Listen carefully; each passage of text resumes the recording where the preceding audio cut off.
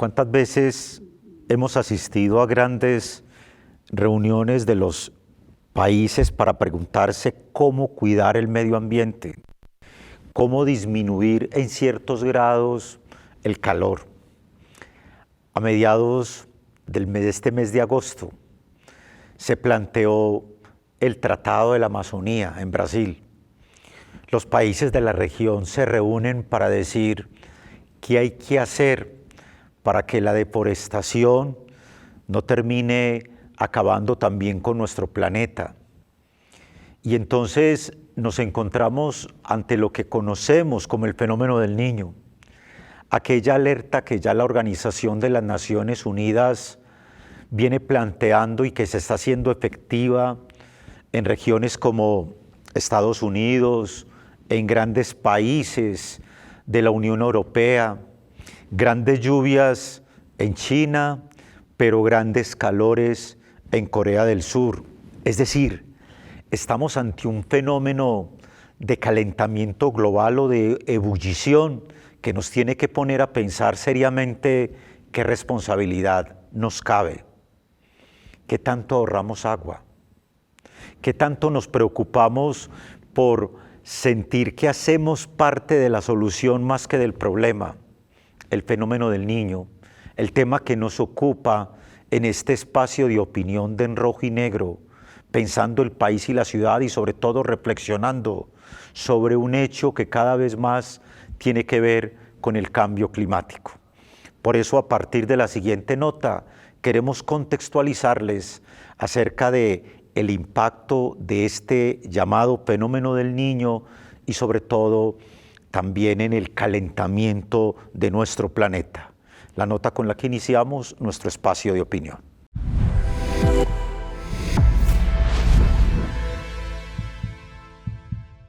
El fenómeno del Niño se genera principalmente por cambios en la temperatura superficial del mar, en la región central y oriental del Océano Pacífico tropical. Durante este fenómeno, los vientos alisios se debilitan, lo que disminuye el flujo de agua cálida hacia el oeste. Como resultado, las aguas cálidas del Pacífico Occidental se desplazan hacia el este, hacia la región central y oriental del Pacífico. Este calentamiento anormal de las aguas superficiales del Pacífico tropical recibe el nombre del fenómeno del Niño y tiene importantes consecuencias climáticas. Estas son algunas de las características. El calentamiento del océano altera la circulación atmosférica, afectando los patrones de lluvias y la distribución de las masas de aire caliente y frío en la atmósfera. El cambio en la circulación atmosférica puede provocar una disminución de las lluvias en algunas áreas, especialmente en la región occidental de Sudamérica, como Perú, Ecuador y Colombia, y en el norte de Chile. La alteración de los patrones climáticos también puede tener impactos en otras regiones del mundo, como la reducción de las lluvias en el sur de Estados Unidos y el aumento de las precipitaciones en el sur de África y el sudeste asiático. Es importante destacar que el fenómeno del Niño no es un evento aislado y ocurre de manera cíclica. Suele durar varios meses, aunque su duración e intensidad puede variar en cada episodio. El Instituto Nacional de Salud explica algunas de las medidas que deben tener en cuenta los colombianos para disminuir el riesgo de enfermar durante el fenómeno del Niño. Este clima favorece los factores de riesgo para algunas enfermedades transmitidas por mosquitos, especialmente dengue, chikungunya y zika, ya que las condiciones climáticas son propicias para la reproducción del mosquito transmisor. La sequía y disminución de lluvias obliga a las personas a almacenar agua en todo tipo de recipientes, que si no son los adecuados y están limpios o cubiertos, se convierten en focos de mosquitos. Los cambios de temperatura bruscos, como las altas temperaturas o golpes de calor, también aumentan el riesgo para quienes sufren enfermedades cardiovasculares, como son los hipertensos, los diabéticos y personas con sobrepeso. Es por eso que se recomienda mantenerse hidratado y bajo la sombra.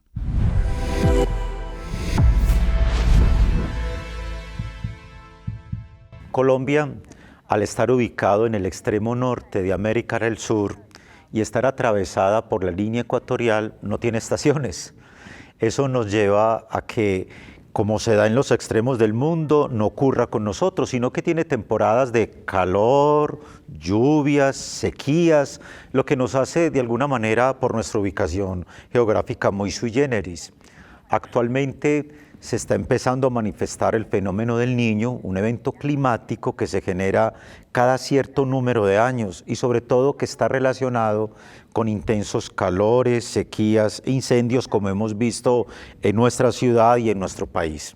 Imagínense que en el año 2016 este fenómeno le costó al país cerca de 1.6 billones de pesos, solo para prevenir y atender las emergencias que causó la falta de lluvias. Pues bien, para hablar sobre un tema tan importante como el fenómeno del Niño, cuando hoy ya no se habla de calentamiento global, sino de un término como ebullición global, eso nos lleva a plantearnos, bueno, ¿y a nosotros esta problemática qué? Pues bien, para hablar de ello, nos acompaña Gerson Ospina, quien es magíster en biología y coordinador del programa de química farmacéutica de la Universidad del CES, y nos acompaña igualmente Olga Duque, especialista en ingeniería ambiental, investigadora de nuestra universidad. Muy bien. Empecemos un poco con usted, Olga, con toda su experiencia, usted que ha hecho asesorías también a nivel de ciudad y en muchos otros sectores sobre el medio ambiente. Cuando pensamos en el fenómeno del Niño, nos preguntamos, la ONU ha lanzado alertas, ya encontramos que hay muchos países como Estados Unidos, incluso países de la Unión Europea que han dicho, nos tiene que preocupar, es algo real. Hemos subido en ciertos lugares hasta ciertos niveles, sí, de temperatura. Esas consecuencias a nivel social, económico, ¿cómo los podríamos vislumbrar? Mira, aquí tenemos que ver que no solamente pues, es a nivel social, es la parte de contaminación atmosférica, sí, que es lo que más impacta sobre todo la ciudad de Valle de Aburrá. En Colombia pues mucho, pero sobre todo porque estamos encerrados. Entonces, ¿qué pasa? Ya vimos, como hablabas tú, en el 2016 sí, hubo un episodio muy fuerte de contaminación atmosférica. Inclusive se mandaban alertas, no salga la gente adulta. ¿Por qué? Porque se va a producir más cantidad de contaminantes. Así que un problema de salud pública. Sí, es la parte que más en este momento no podemos, el calor, el solo calor. Y ya, como decís, ya la parte económica, pues, si vamos a hablar de la parte económica, ya va a haber disminución del agua, la energía también se va a ver afectada, porque aquí sabemos que el 71% de la energía es hidroeléctrica, las hidroeléctricas, y las otras son térmicas, generadas por gas natural. Entonces, ¿qué pasa? Se mantienen, las termoeléctricas que yo he conocido, las hicieron hace mucho rato, desde el 2000, más o menos cuando hubo el apagón de Gaviria. Sí. Entonces, a raíz de eso dijeron, bueno, vamos a crear estas térmicas como seguridad.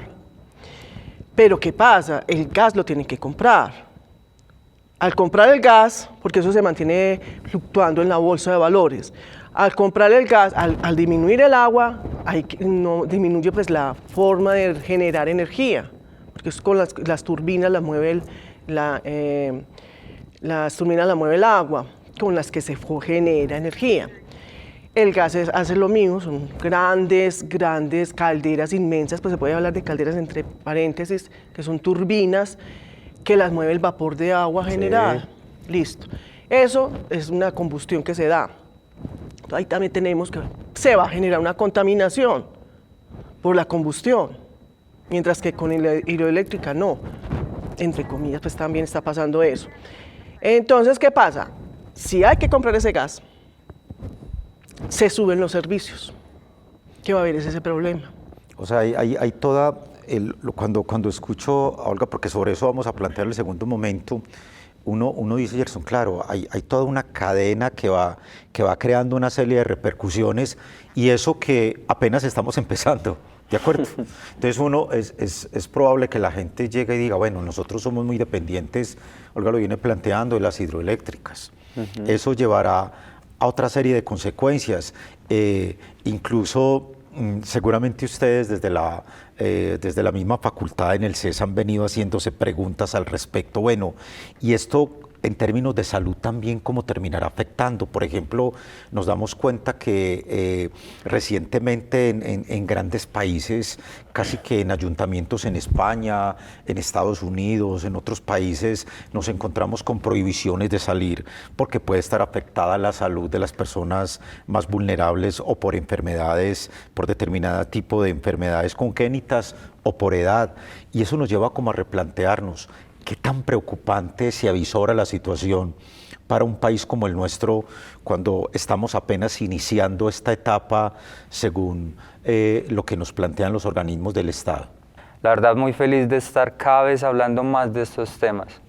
En el último año he estado en muchos lugares hablándolo y me gusta eso, que se converse. Claro. Porque el cambio climático se tiene que volver cotidiano, lo tenemos que vivir.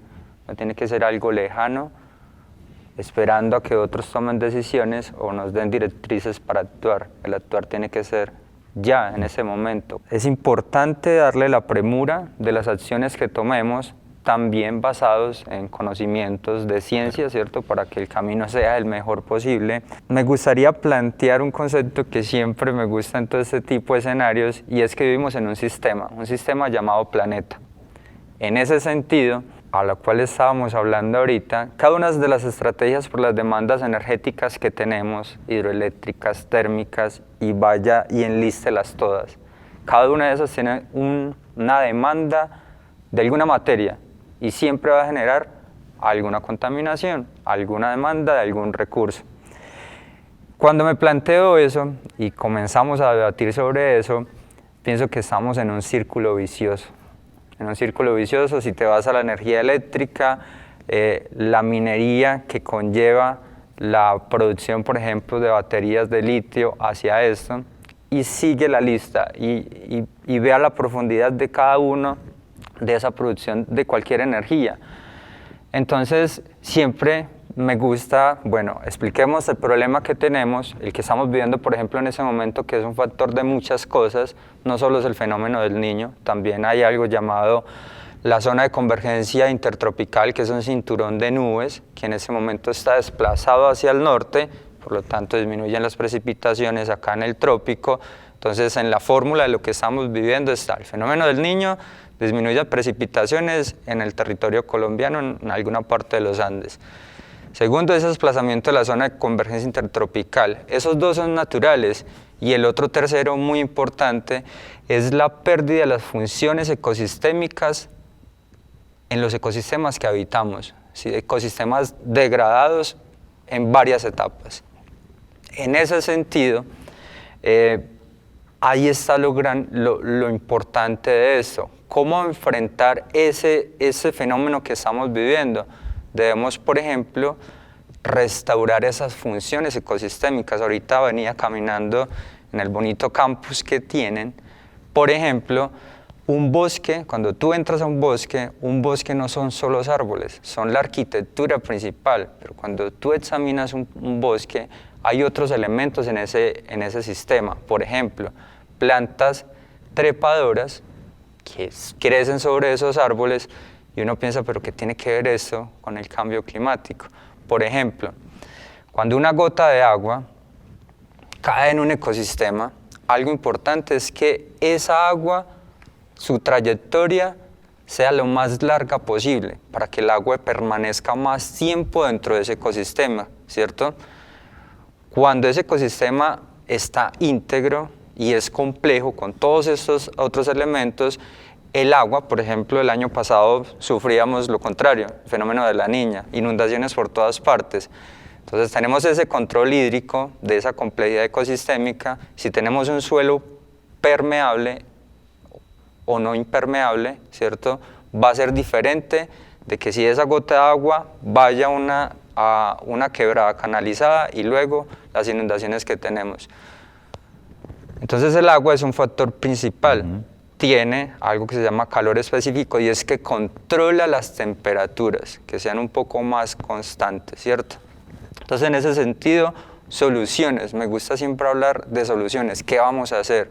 restaurar funciones ecosistémicas, cómo estamos planteando las ciudades, en qué lugar y cada espacio y centímetro cuadrado, qué estamos haciendo y qué podemos hacer. Pero me voy siempre un poco más atrás, hacia preguntarnos, y vuelve y traigo otra vez la idea de que tenemos un planeta con recursos finitos. Perdón, porque quisiera que en el próximo segmento, que es precisamente a donde queremos llevar, nos preguntáramos precisamente por esos recursos finitos, porque hoy estamos en un escenario, cada vez más hay grandes convenciones a nivel mundial sobre qué hacer para disminuir grados centígrados en el calentamiento del planeta. Estamos en tratados de la Amazonía a mediados de este mes, en el que Colombia se hace presente, allí en Brasil, y cada vez pensamos que el problema es de otros. Y usted ha hecho una reflexión, Gerson, acompañado como de todo ese fenómeno de la contaminación que Olga nos planteaba, y es la responsabilidad que nos cabe a nosotros, en lo que quisiéramos que empezáramos el próximo segmento. Pero para entender eso, uno dice, claro, estamos ante un fenómeno que cada vez más hace que la gente se pregunte, hay grados que ya hay una disminución, hablaban de hasta 2 grados, luego dijeron no, apostémosle únicamente a 1, el parque automotor, tantas cosas. Ese cambio climático, y sobre todo asociado al fenómeno del Niño, viene acompañado de tantas cosas. ¿Y qué reflexión podemos hacer al respecto en términos de compromisos personales? La nota que les invitamos que veamos para que en el próximo segmento nos preguntemos, bueno, ¿y a cada uno qué nos corresponde?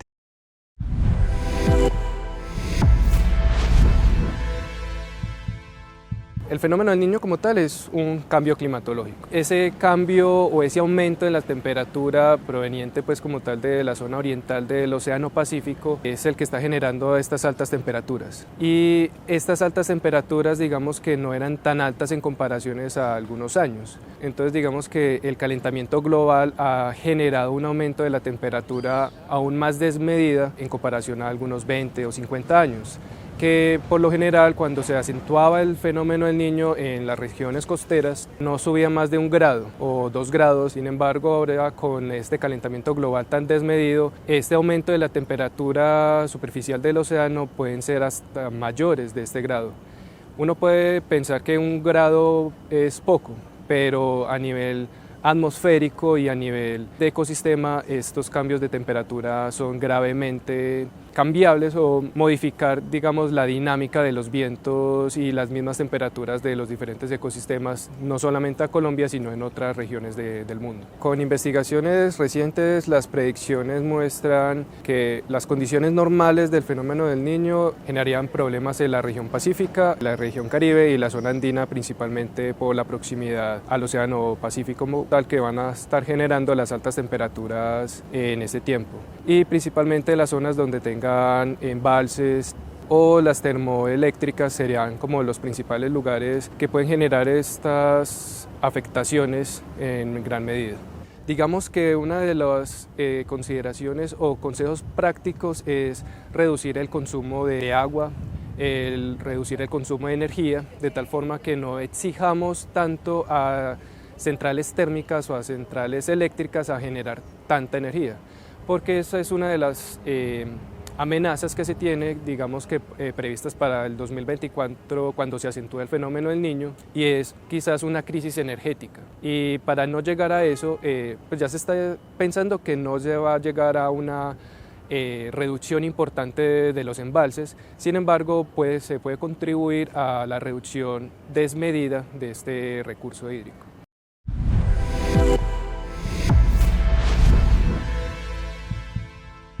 Continuamos en este espacio de opinión de Rojo y Negro con nuestros expertos planteando la problemática sobre el fenómeno del Niño asociado al cambio climático, al cuidado del medio ambiente, a la responsabilidad que nos cabe a todos y cada uno de nosotros, incluso como ciudadanos de a pie.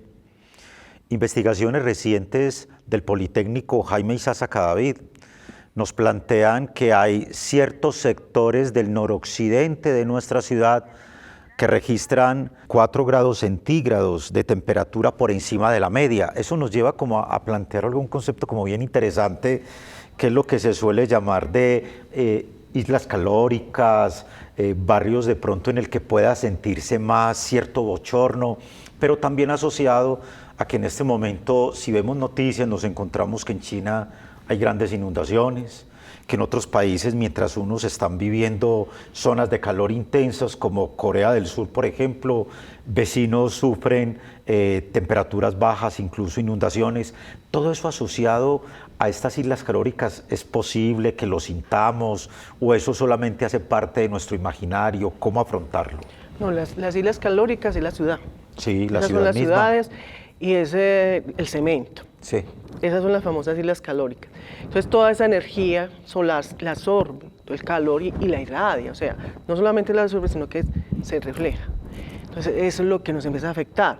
Por eso lo que decía el Politécnico, hay ciertas zonas. ¿Por qué? Porque hay baja vegetación. Sí. ¿Qué podemos hacer nosotros?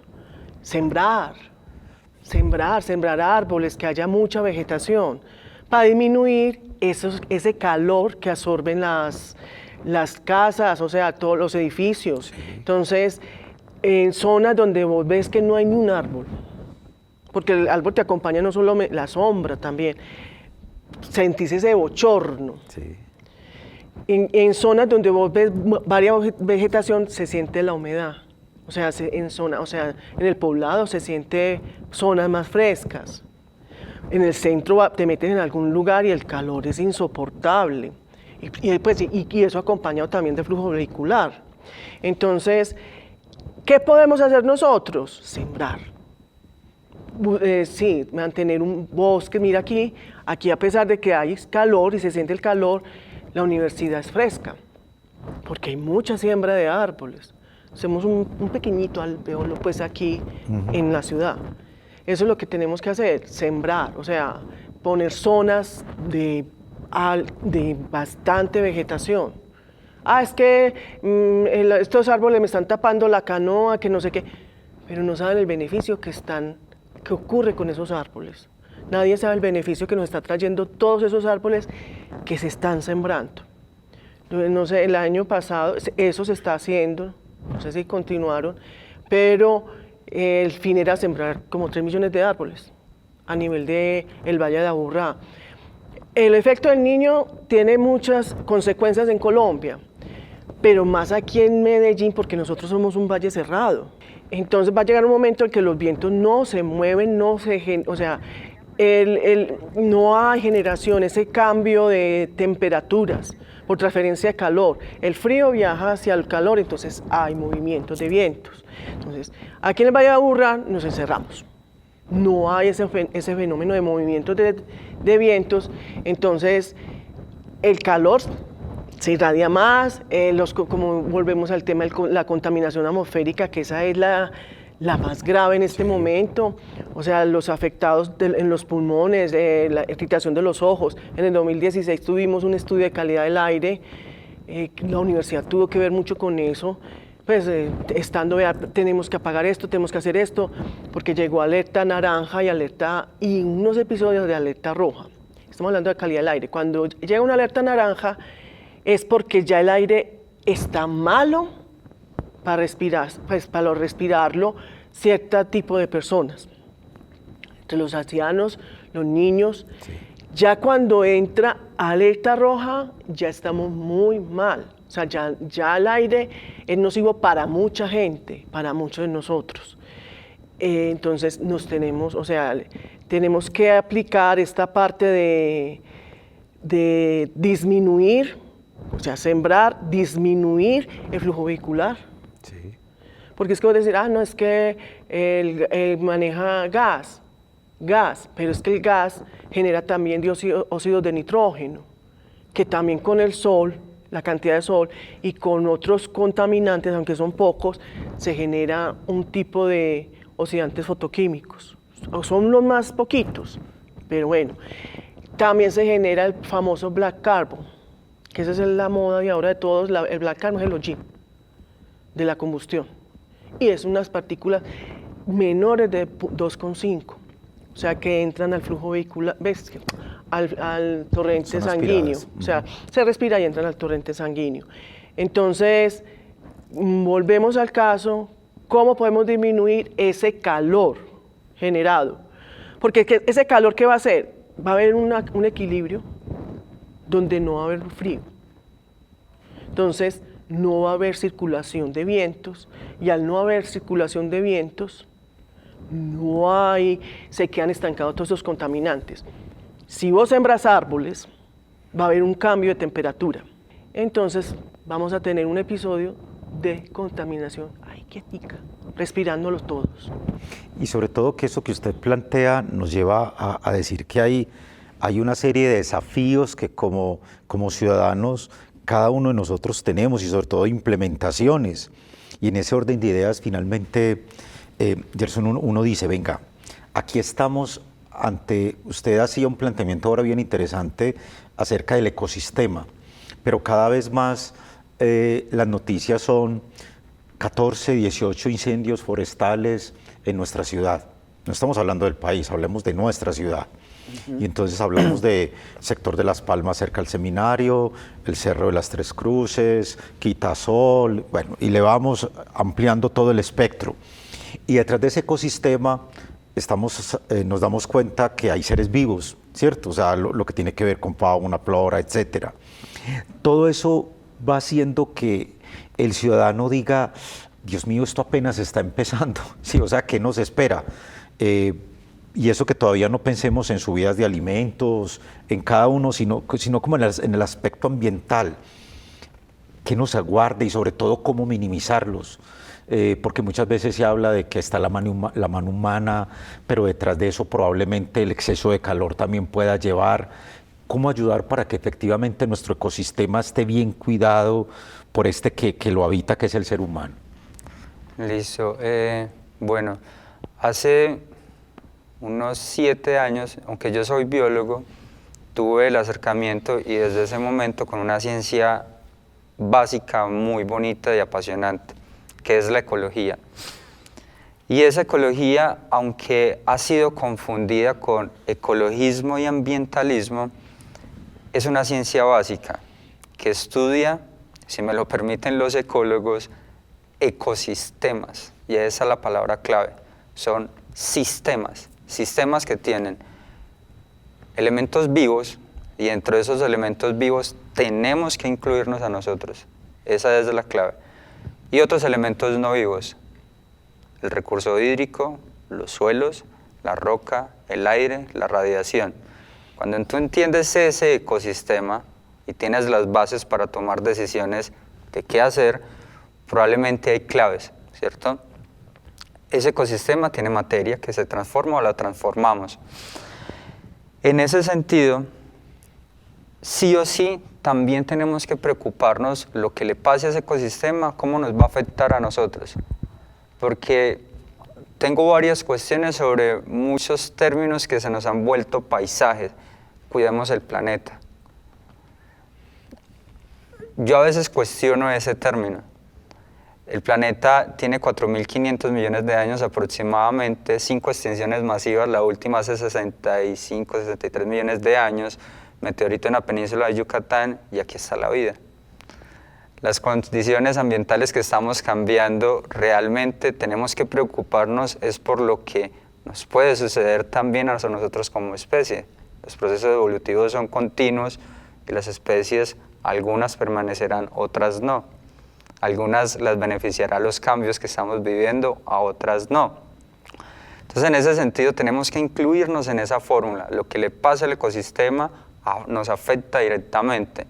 Si hay un déficit hídrico, probablemente la producción de alimentos se va a ver afectada. Si hay baja oferta y alta demanda, hay un impacto directo en nuestro bolsillo. Eso lo tenemos que entender, estamos en ese sistema. Pero les voy a compartir algo que siempre lo estoy debatiendo, y es irnos al principio. Y vuelvo al término de los cuales estaba hablando ahorita.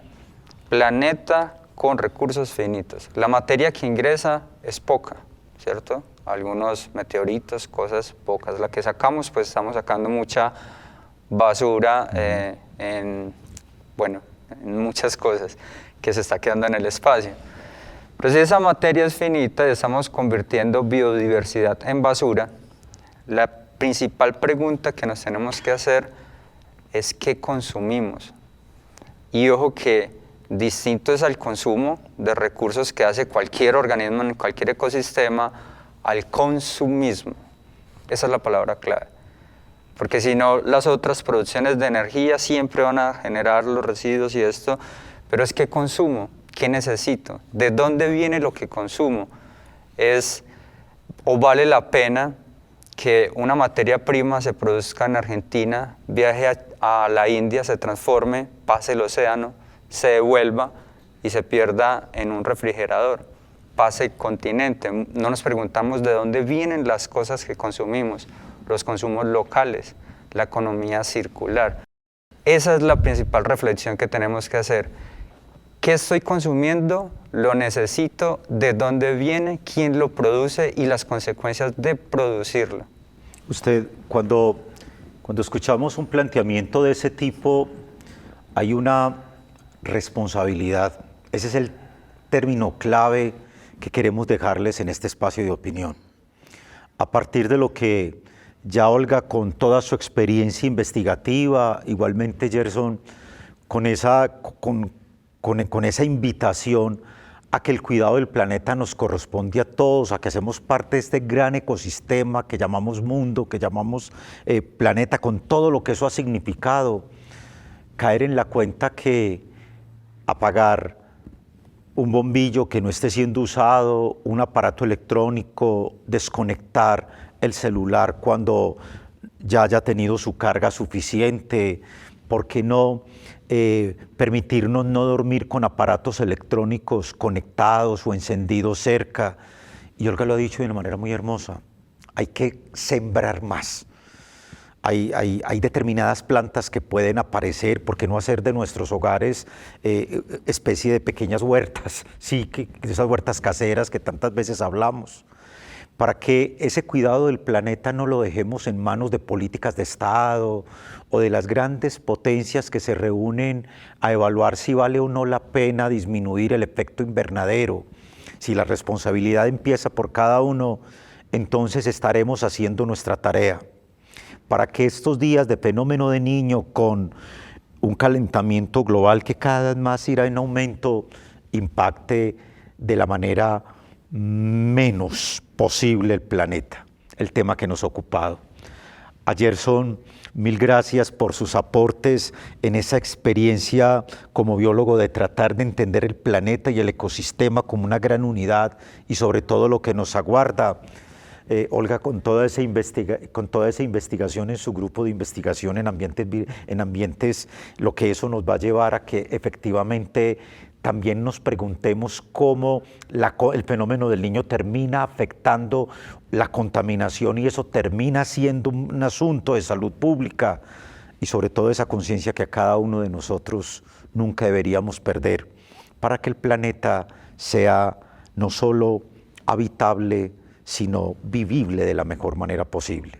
A ustedes mil gracias por acompañarnos en este espacio de opinión.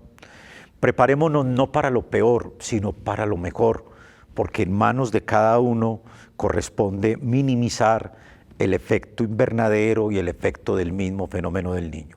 Y los esperamos la próxima semana con un nuevo tema de interés para todos.